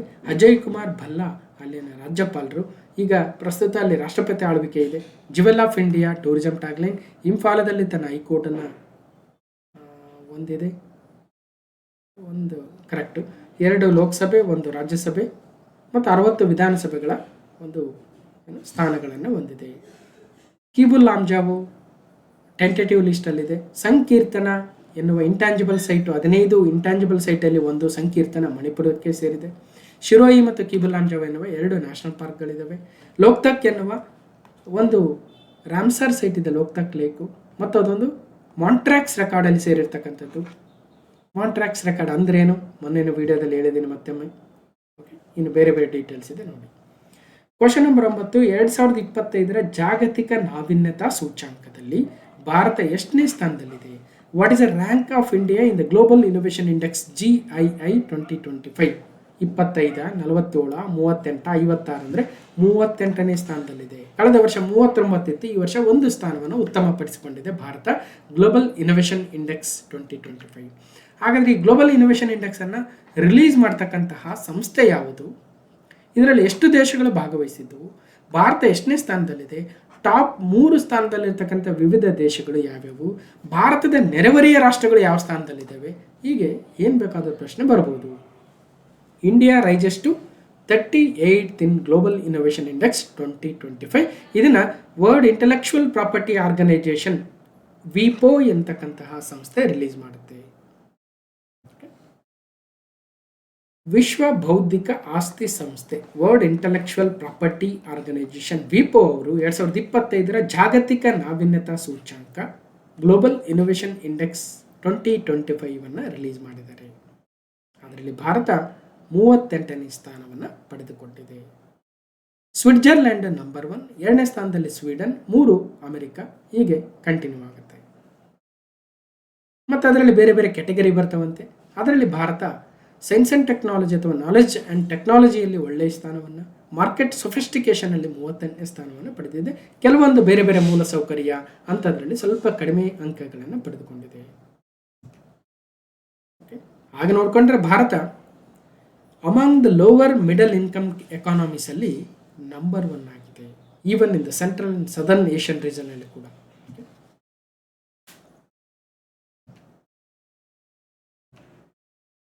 ಸ್ವಿಟ್ಜರ್ಲ್ಯಾಂಡ್, ಸ್ವೀಡನ್, ಅಮೆರಿಕ ಇವು ಮೊದಲ 3 ಸ್ಥಾನದಲ್ಲಿದ್ದಾವೆ. ಇದು 18th ಎಡಿಷನ್ ಅಂತೆ ಗ್ಲೋಬಲ್ ಇನ್ನೋವೇಷನ್ ಇಂಡೆಕ್ಸ್ 2025. ಇನ್ನು ಹೈ ಇನ್ಕಮ್ ಅಲ್ಲಿ ಸ್ವಿಟ್ಜರ್ಲ್ಯಾಂಡ್, ಸ್ವೀಡನ್, ಅಮೆರಿಕ ಇವು ಮೊದಲ 3 ಸ್ಥಾನದಲ್ಲಿದ್ದರೆ, ಅಪ್ಪರ್ ಮಿಡಲ್ ಇನ್ಕಮ್ ಅಲ್ಲಿ ಚೀನಾ, ಮಲೇಷಿಯಾ, ಟರ್ಕಿ ಇದ್ದಾವೆ first 3 places. Lower middle income ಅಲ್ಲಿ ಇಂಡಿಯಾ, ವಿಯೆಟ್ನಾಂ, ಫಿಲಿಪೈನ್ಸ್ ಇದ್ದಾವೆ. ಲೋವರ್ ಇನ್ಕಮ್ ಅಲ್ಲಿ ರವಾಂಡಾ, ಟೋಗೋ, ಉಗಾಂಡ ಅಂತಕ್ಕಂಥವು ಇದ್ದಾವೆ. ಭಾರತ ಯಾವ ಕ್ಯಾಟಗರಿಯಲ್ಲಿ ಬರುತ್ತೆ ನೋಡಿ. ಓಕೆ, ಇನ್ನು ಇಂಡಿಯಾದ ಬೇರೆ ಬೇರೆ ಡೀಟೇಲ್ಸ್ ಇದೆ. ಇನ್ನು ವರ್ಲ್ಡಲ್ಲಿ ಸ್ವಿಟ್ಜರ್ಲ್ಯಾಂಡ್, ಸ್ವೀಡನ್, ಯುನೈಟೆಡ್ ಸ್ಟೇಟ್ಸ್ ಮೊದಲ 3 ಸ್ಥಾನಗಳು. ಇನ್ನು ಭಾರತ 38ನೇ ಸ್ಥಾನದಲ್ಲಿದೆ. ನೇಪಾಳ 107, ಓಕೆ, ಹಾಗೆ ಮಯನ್ಮಾರ್ 122, ಬಾಂಗ್ಲಾದೇಶ 106, ಹಾಗೆ ಪಾಕಿಸ್ತಾನ 99. ನಮ್ಗಿನ್ನ ಚೆನ್ನಾಗೇ ಇದೆ ಗ್ಲೋಬಲ್ ಇನ್ನೋವೇಷನ್ ಇಂಡೆಕ್ಸಲ್ಲಿ ಪಾಕಿಸ್ತಾನ. ಚೀನಾ ಟಾಪ್ 10ನಲ್ಲಿದೆ, ಟಾಪ್ 10th ಪ್ಲೇಸಲ್ಲಿದೆ. ಓಕೆ, ಇನ್ನು ಒಟ್ಟಾರೆಯಾಗಿ Global Innovation Index 2025 World intellectual property Organization ವಿಪೋದವರು ರಿಲೀಸ್ ಮಾಡ್ತಾರೆ. ಸ್ವಿಟ್ಜರ್ಲ್ಯಾಂಡ್ ಮೊದಲ ಸ್ಥಾನದಲ್ಲಿದೆ. ಒಟ್ಟು 139 ದೇಶಗಳು ಈ ಸಂದರ್ಭದಲ್ಲಿ ಈ ಒಂದು ವರ್ಷದ ರ್ಯಾಂಕಿಂಗಲ್ಲಿ ಭಾಗವಹಿಸಿದ್ವು. ಭಾರತ 38ನೇ ಸ್ಥಾನ. ನೈಜರ್ ಕೊನೆಯ ಸ್ಥಾನದಲ್ಲಿದೆ. ನೈಜರ್ ಓಕೆ 139ನೇ ಸ್ಥಾನದಲ್ಲಿದೆ. ಇನ್ನು 2015ರಲ್ಲಿ ಭಾರತ 81ನೇ ಸ್ಥಾನದಲ್ಲಿತ್ತು. 2024ರಲ್ಲಿ 39ಕ್ಕೆ ಇರುತ್ತೆ. ಈಗ 2025ರಲ್ಲಿ 38ಕ್ಕೆ ಬಂದಿದೆ. ಹಂಗೆ ನೋಡ್ಕೊಂಡ್ರೆ ಭಾರತ 2015ರಿಂದ 2025ಕ್ಕೆ ಬಂದಾಗ ಆಲ್ಮೋಸ್ಟು ಅರ್ಧದಷ್ಟು ಉತ್ತಮಪಡಿಸಿಕೊಂಡಿದೆ. World intellectual property Organization United Nations specialised agency ಆಗುತ್ತೆ. 1967 ಸ್ಥಾಪನೆ. ಸ್ವಿಟ್ಜರ್ಲೆಂಡ್ನ ಜಿನೆವಾದಲ್ಲಿ ತನ್ನ ಪ್ರಧಾನ ಕಚೇರಿಯನ್ನು ಹೊಂದಿದೆ. ಗ್ಲೋಬಲ್ ಇನ್ನೋವೇಷನ್ ಇಂಡೆಕ್ಸ್ ಅದು ರಿಲೀಸ್ ಮಾಡ್ತಕ್ಕಂಥ ಒಂದು ವರ್ಲ್ಡ್ ಇಂಡೆಕ್ಸ್ ಆಗುತ್ತೆ. 2024 ಅಕ್ಟೋಬರ್ ಕಳೆದ ವರ್ಷದಲ್ಲೂ ಕೂಡ ಗ್ಲೋಬಲ್ ಇನ್ನೋವೇಷನ್ ಇಂಡೆಕ್ಸ್ 2024ರ ರ್ಯಾಂಕಿಂಗ್ಸ್ ಬಂದಾಗ ಮಾತಾಡಿದ್ವಿ. ಆಗ 39ನೇ ಸ್ಥಾನದಲ್ಲಿ ಭಾರತ ಇತ್ತು ಅಂತ ಹೇಳಿದ್ವಿ. ಕಳೆದ ವರ್ಷದ್ದು ಹೀಗೆ ಪ್ರತಿ ವರ್ಷ ಅಪ್ಡೇಟ್ ಆಗ್ತಾ ಹೋಗ್ತಾ ಇರ್ತೀವಿ. ಅಕ್ಟೋಬರ್ 2025 ಪಾರ್ಟ್ 8ರ 10ನೇ ಪ್ರಶ್ನೆ. ಭಾರತದ ಮೊದಲ ಪ್ರಧಾನಮಂತ್ರಿ ಮಿತ್ರ ಉದ್ಯಾನವನದ ಅಡಿಪಾಯವನ್ನು ಯಾವ ರಾಜ್ಯದಲ್ಲಿ ಹಾಕಲಾಯಿತು? The foundation stone of India's first PM Mitra park was led in which state ಅಂತ. PM ಮಿತ್ರ ಪಾರ್ಕ್ಗಳು 7 ರಾಜ್ಯಗಳಲ್ಲಿ ಸ್ಥಾಪನೆ ಮಾಡ್ತೀವಿ ಅಂತ ಹೇಳಿದರು. ನಮ್ಮ ರಾಜ್ಯದ ಕಲಬುರಗಿ ಕೂಡ ಒಂದಾಗಿತ್ತು. ಆ ಒಂದು ನಿಟ್ಟಿನಲ್ಲಿ ಇವತ್ತು ಫಸ್ಟ್ PM ಮಿತ್ರ ಪಾರ್ಕ್ನ ಅಡಿಪಾಯವನ್ನು ಎಲ್ಲಿ ಹಾಕಿದ್ರು ಅಂದರೆ ಉತ್ತರ ಪ್ರದೇಶ, ಮಧ್ಯಪ್ರದೇಶ, ರಾಜಸ್ಥಾನ, ಗುಜರಾತ್. ಅಂದರೆ ಮಧ್ಯಪ್ರದೇಶದಲ್ಲಿ ಫಸ್ಟ್ ಫೌಂಡೇಶನ್ ಸ್ಟೋನ್ ಅಂತ ಹೇಳ್ಬೋದು. Modi to lay the foundation stone for the India's first PM Mitra park ಮಧ್ಯಪ್ರದೇಶದ ದರ್ ಜಿಲ್ಲೆಯಲ್ಲಿ. ಪ್ರಧಾನಮಂತ್ರಿಯವರು ಮಧ್ಯಪ್ರದೇಶದ ದರ್ ಜಿಲ್ಲೆಯಲ್ಲಿ ಭಾರತದ ಮೊದಲ ಪ್ರಧಾನಮಂತ್ರಿ mega integrated textile region and apparel park.